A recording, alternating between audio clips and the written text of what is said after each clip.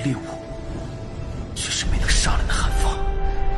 老师，对不住了，这次也连累您了。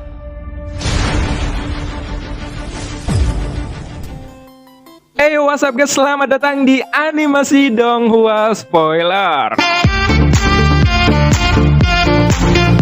Oke, bagi teman-teman yang baru join atau baru bergabung, jangan lupa klik tombol like-nya dan tombol subscribe-nya ya. Jangan lupa. Oke, sebelum kita memulai video ini, kita jangan lupa untuk seruput kopinya, kencangkan sabuk pengaman. Mari kita mulai.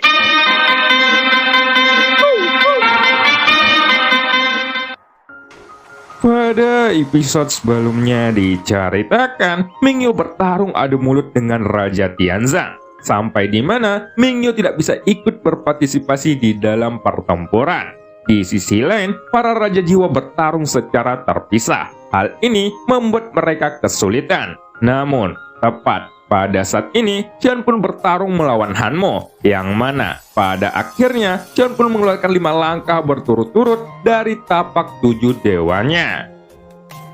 Dan scene pun berganti.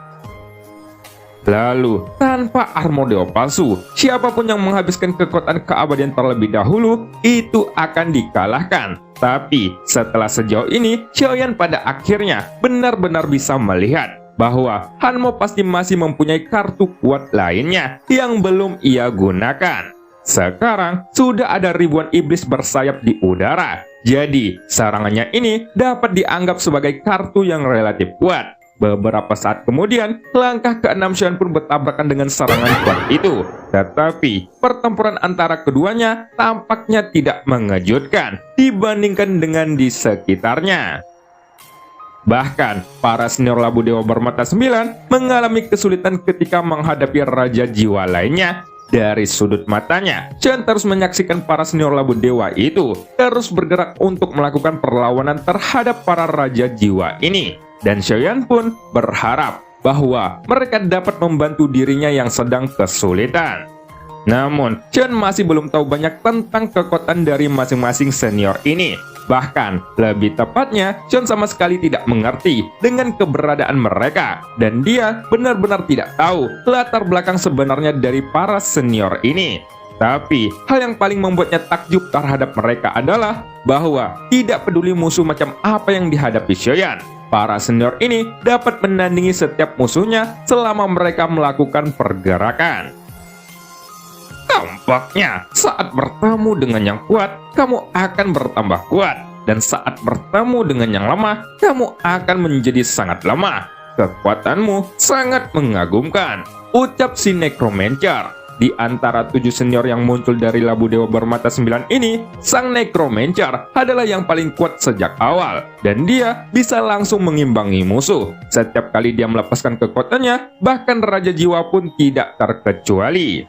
Hanya saja, memang tidak mudah untuk membunuh para Raja Jiwa ini. Akan tetapi, situasi Raja Jiwa saat ini sudah jatuh ke posisi yang tidak menguntungkan. Ketika Mingyu melihat adegan ini, ia hanya bisa melongo dan terus mengencangkan kedua tinjunya.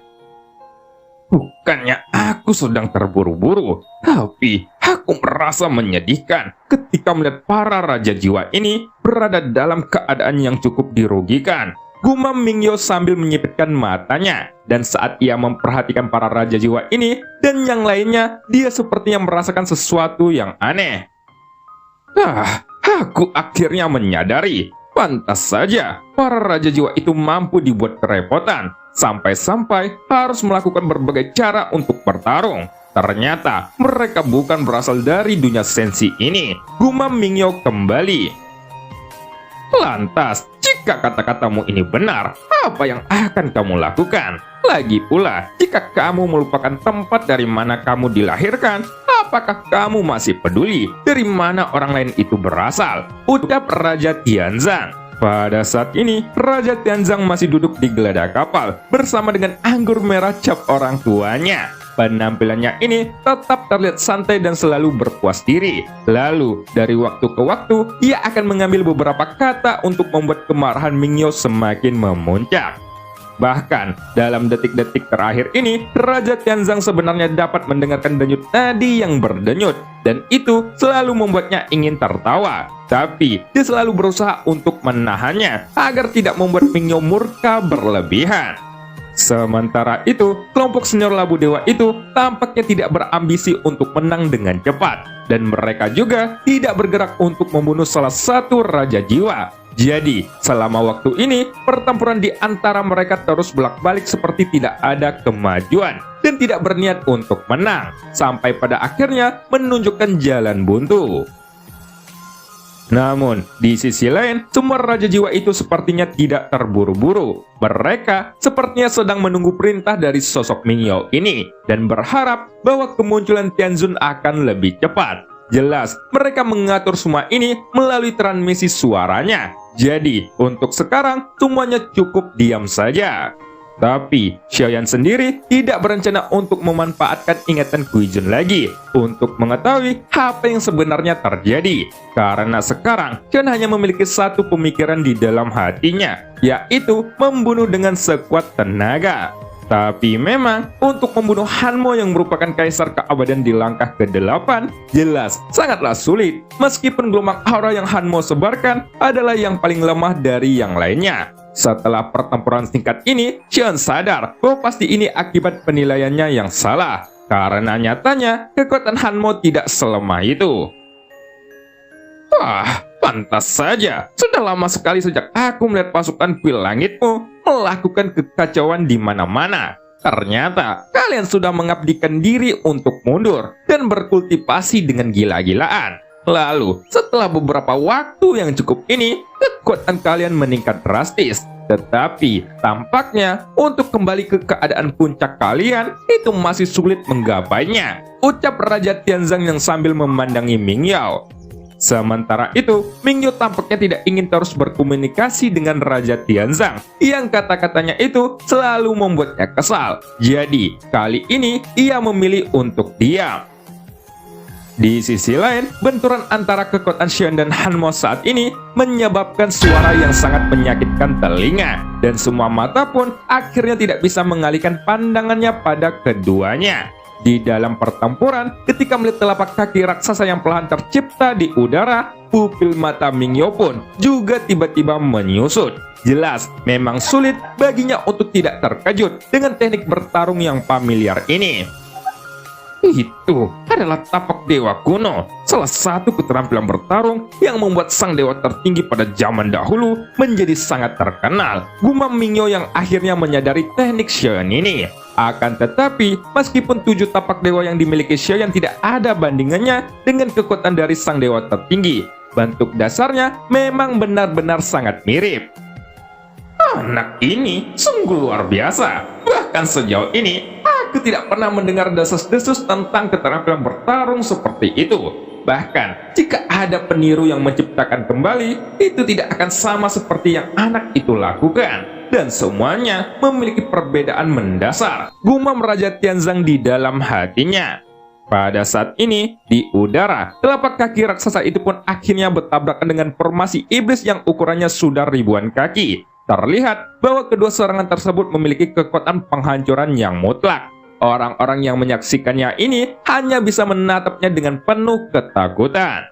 Sementara itu, jika saja Raja Tianzang tidak melihat keduanya, ia akan sangat ragu. Itu karena pemandangan ini sangat mirip dengan keterampilan bertarung yang muncul saat Jusang dan Shijun berseteru. Itu adalah 7 tapak dewa kuno, dan di dalamnya ada berkah kekuatan dari sang dewa tertinggi. Kemudian, teknik kuil langit yang ditampilkan oleh Hanmo saat ini diciptakan oleh Shijun pada waktu itu. Suatu hari, ketika Jusang dan Shijun bertarung satu sama lain dalam pemakaman surgawi yang tak terhitung jumlahnya, Raja Tianzang merasa cukup beruntung untuk melihat pertempuran antara keduanya. Jadi, untuk sang Raja Tianzang sendiri, pertarungan antara kedua orang ini seolah-olah sedang memutarbalikkan waktu, dan dia merasa sangat takjub, tak kalah mengetahui bahwa Xiaoyan mampu menandingi Raja Jiwa seperti Hanmo. Tapi, pada saat bentrokan antara dua kekuatan sengit itu terjadi, efek gelombang energi yang menyebar darinya terasa sangat ganas, dan seperti hembusan badai kencang. itu menutupi seluruh wilayah aliansi Dewa Abadi, sampai-sampai membuat ruangan di sini bergetar. Akan tetapi, kehampaan di sini lebih stabil dari Raja Tianzang bayangkan. Meskipun ada begitu banyak kaisar keabadian yang bertarung di sini, ruangan tersebut tidak menunjukkan tanda-tanda kehancuran setelah Xion melepaskan serangan kuat. Pada saat ini, telapak raksasa ke-6 milik Xion pun sebenarnya sudah sangat kokoh, dan kekuatannya terbukti dengan sendirinya. Selama konfrontasi ini, formasi pada patung iblis raksasa yang terus mencoba melawan itu, pada akhirnya secara bertahap berhenti berputar. Tidak hanya itu, energi iblis pada formasi tersebut nyatanya dikonsumsi dengan cepat, sehingga jika ini terus berlanjut, formasi ini akan dihilangkan seluruhnya. Namun, Hanmo jelas tidak ingin formasi patung iblisnya ini dihancurkan begitu saja. Lagi pula, formasi sekarang ini hanya sekuat kaisar keabadian di langkah ke-8, dan Xion sendiri beruntung karena masih bisa melawan kekuatan mutlak itu. Tapi sekarang, kilatan hitam di mata Hanmo tiba-tiba berkedip, dan kedua jarinya pun langsung memadat di tengah alisnya. Lalu, dalam sekejap, sebuah retakan pun tiba-tiba muncul di tengah alisnya, dan pada akhirnya, mata Hanmo pun kembali terbuka. Kemudian, celah kecil yang muncul di antara alisnya tiba-tiba terbuka, dan muncullah mata biru di sana. Akan tetapi, itu berbeda dari warna biru di mata si Goyan. Mata ini mengandung cahaya bintang yang agung, dan segera kilatan berwarna biru pun langsung meledak. Lalu, pada saat cahaya biru itu mendarat tepat di telapak raksasa ke-6 milik Xion, langkah kaki besar itu pun tiba-tiba bergetar hebat, dan suara retakan pun perlahan terdengar. Mata Xion pun langsung membeku ketika dia menyaksikan adegan ini, dan dia tidak langsung ragu. Merasa bahwa kekuatannya ini kurang, Xion akhirnya memutuskan untuk menggunakan langkah ke-7. Dan dengan cepat, telapak raksasa ke-7 pun akhirnya muncul. Itu masih melangkah maju dalam keadaan sulit. Tentu saja, untuk langkah ke-7 ini, kekuatan yang dilepaskan akan berlipat ganda dan menyebar dengan mengesankan. Segera, setelah langkah ke-7 ini tercipta, itu langsung bertabrakan dengan cahaya biru yang penuh dengan kekuatan penghancur. Tapi, tanpa diduga, cahaya biru itu sepertinya mengandung kekuatan korosif yang cukup kuat.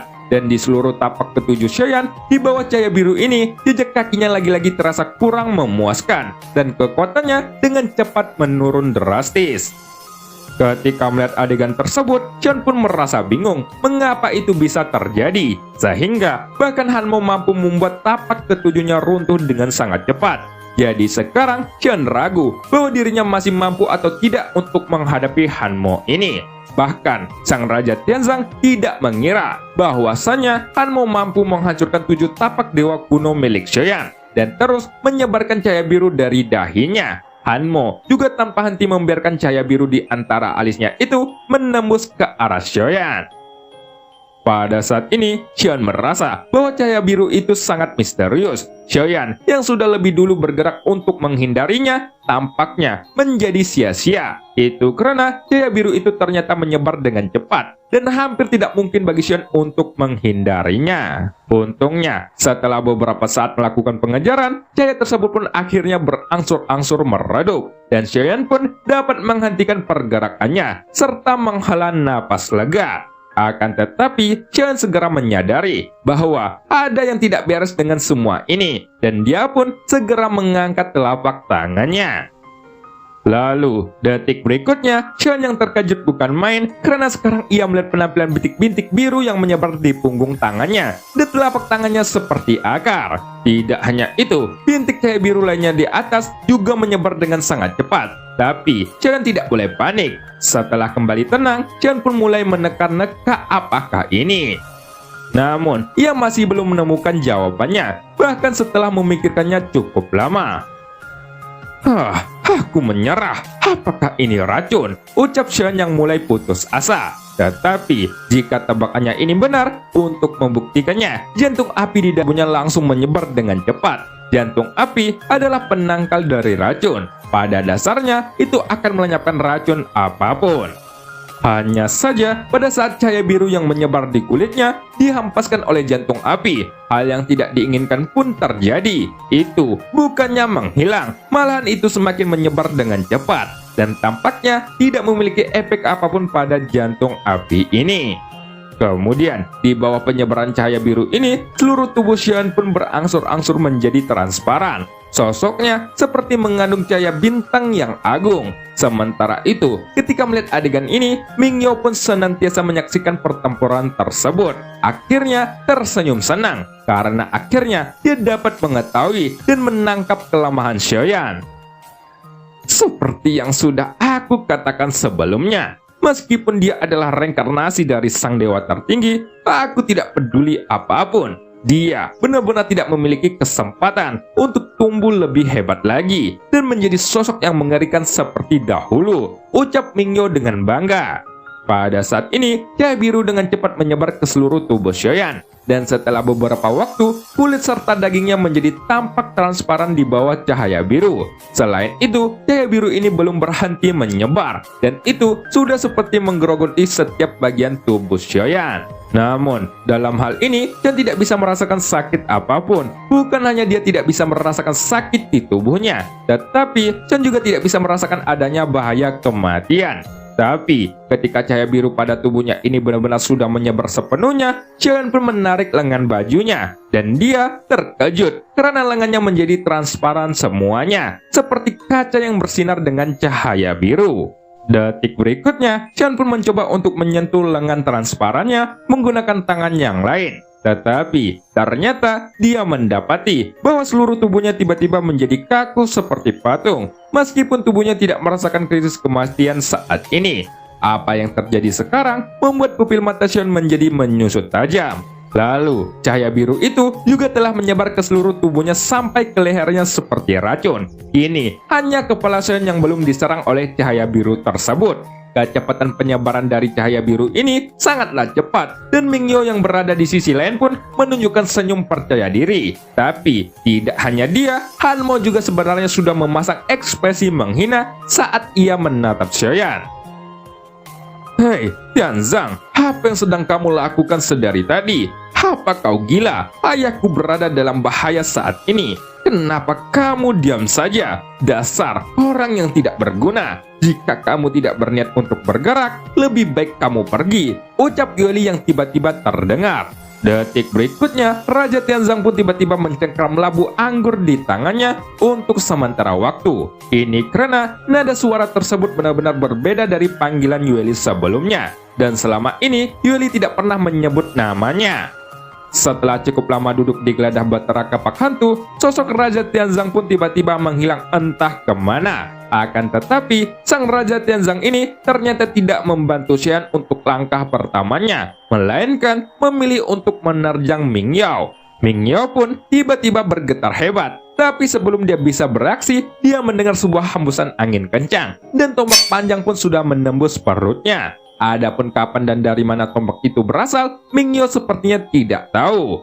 Tepat ketika Mingyo terkejut, telapak tangan yang kuat juga tiba-tiba mencekik lehernya. Ini sosok Raja Tianzang yang tadi menghilang sekarang ada di belakangnya, dan matanya telah berubah dari ketidakpedulian menjadi pandangan yang penuh ancaman. Apa yang kamu lakukan kepadanya? Ucap Raja Tianzang sambil berteriak. Tampaknya, tepat ketika dia telah melihat Xion yang bersinar dengan cahaya biru, emosi Raja Tianzang pun menjadi tidak stabil, dan dia membentak Mingyo.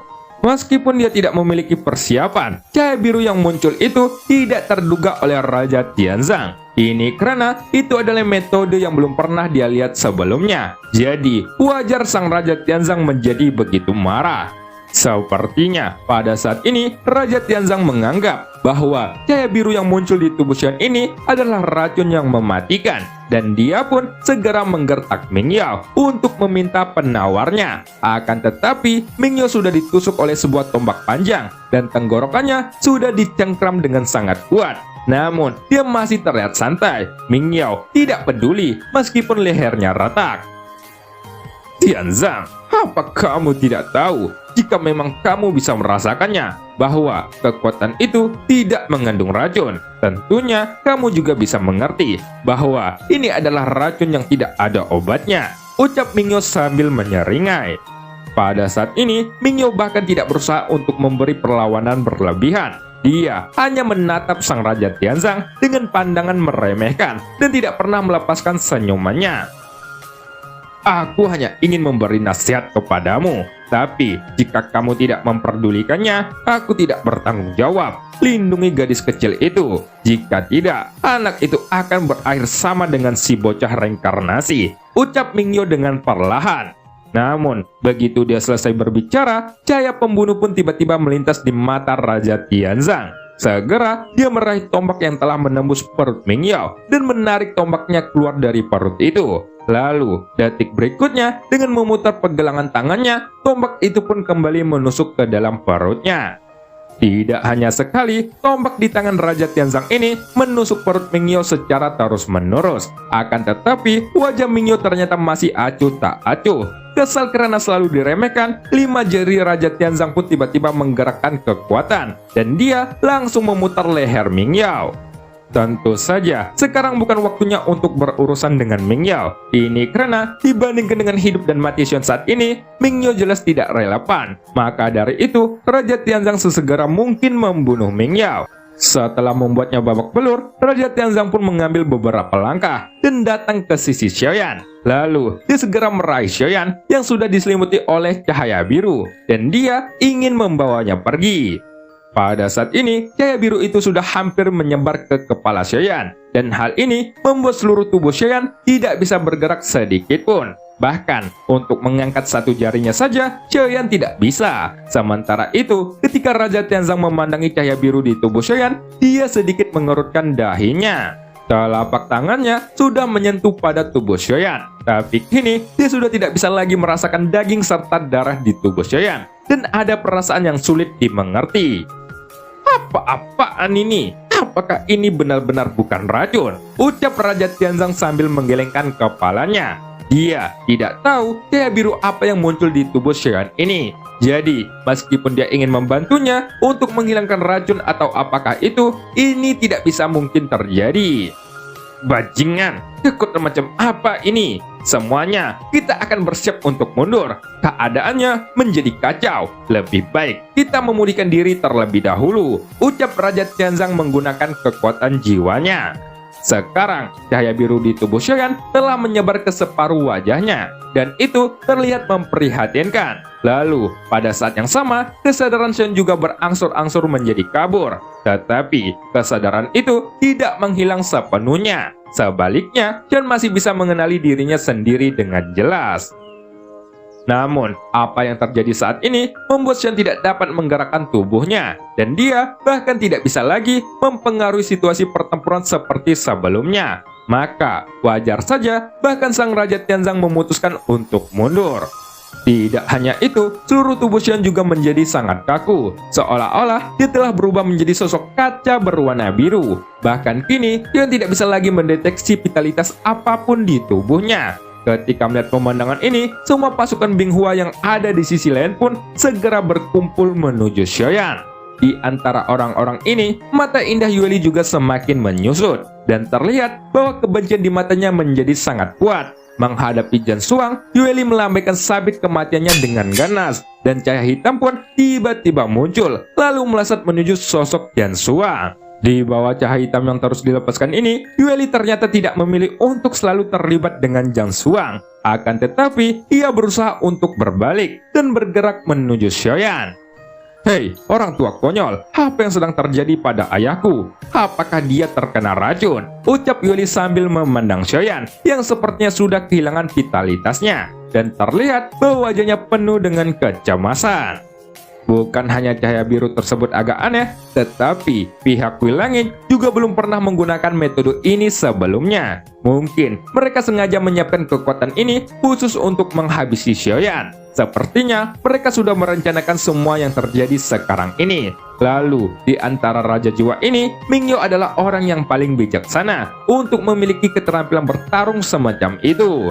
Akhirnya, Raja Tianzang mampu menjawab kebingungan ini, bahwasanya situasi Xiaoyan sekarang ini sama sekali bukan kebetulan, melainkan pihak Kuil Langit telah menebak apa yang akan mungkin terjadi nantinya. Kemudian, setelah membuat pengaturan berdasarkan tebakannya, tidak peduli bagaimana Xion memilih, pihak Pilangit pasti akan membuat sosoknya menjadi tidak bergerak seperti orang mati. Dan sekarang, hal itu pun sudah terjadi. Yueli, keluarkan ayahmu dari sini, dan aku akan menangani sisanya, ucap Raja Tianzang sambil melirik Yueli. Lalu segera, sosok gadis cantik itu pun hanya mengangguk, tanpa mengeluarkan sedikit bantahan. Tentu saja, dalam situasi saat ini, bukan waktunya untuk berdebat. Dan satu-satunya cara untuk menyelamatkan Xiaoyan adalah membawa ayahnya pergi sejauh mungkin. Sekarang, situasi Xiaoyan sudah menjadi mengerikan. Dia tidak bisa lagi mendeteksi aura kehidupan di tubuhnya. Dan tampaknya dia sudah berubah menjadi patung kaca berwarna yang sepertinya akan hancur kapan saja selama terkena gravitasi. Apakah itu rencanamu? Dasar bodoh, sudah terlambat bagimu untuk pergi. Semuanya sudah dalam kendali kami sejak awal. Jadi, sebenarnya kalian semua sedang bermain di atas telapak tanganku, ucap Ming Yao. Di sisi lain, sosok Ming Yao yang lehernya sudah dipelintir dan perutnya dihancurkan oleh Raja Tianzang, cedera di perutnya ini ternyata sudah pulih. Jadi, dia bisa berkata dengan tidak tergesa-gesa. Segera setelah dia selesai berbicara, kilatan cahaya di atas pavilion tingkat ke-9 dari aliansi Dewa Abadi bergegas turun seperti kapal alien menyerut sapi di ladang. Dan dari cahaya tersebut muncullah dua sosok yang bentuknya belum diketahui.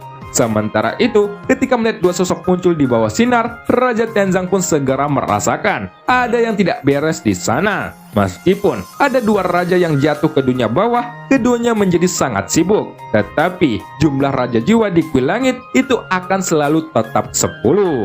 Pada saat ini, total ada 8 raja jiwa di wilayah aliansi Dewa Abadi. Karena pada waktu dahulu, raja jiwa tertua dan Yantian, mereka pernah jatuh ke dunia bawah, yang membuat kekuatan mereka menurun tajam, sehingga harus berkultivasi lebih lama. Tapi kini, mereka telah digantikan oleh dua sosok kaisar keabadian yang baru saja muncul.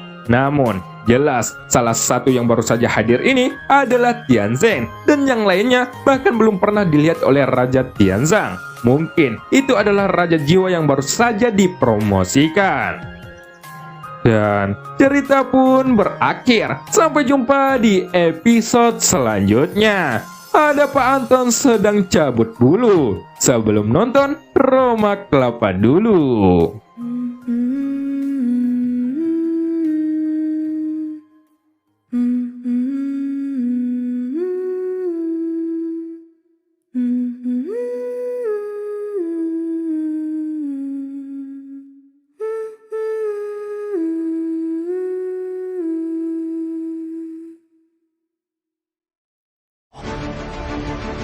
一旦被他们锁定了位置，我们俩都会性命堪忧。所有的迎战，是为了这一天。我已经等待了太久。今天若是你能够安然无恙地走下擂台，萧炎从此不再踏进迦南学院半步。他迟早会发现的。既然如此，就给他一个惊喜吧。今天我不会让你们两人彻底的闭上嘴。就算他还活着，你们之间也绝不可能。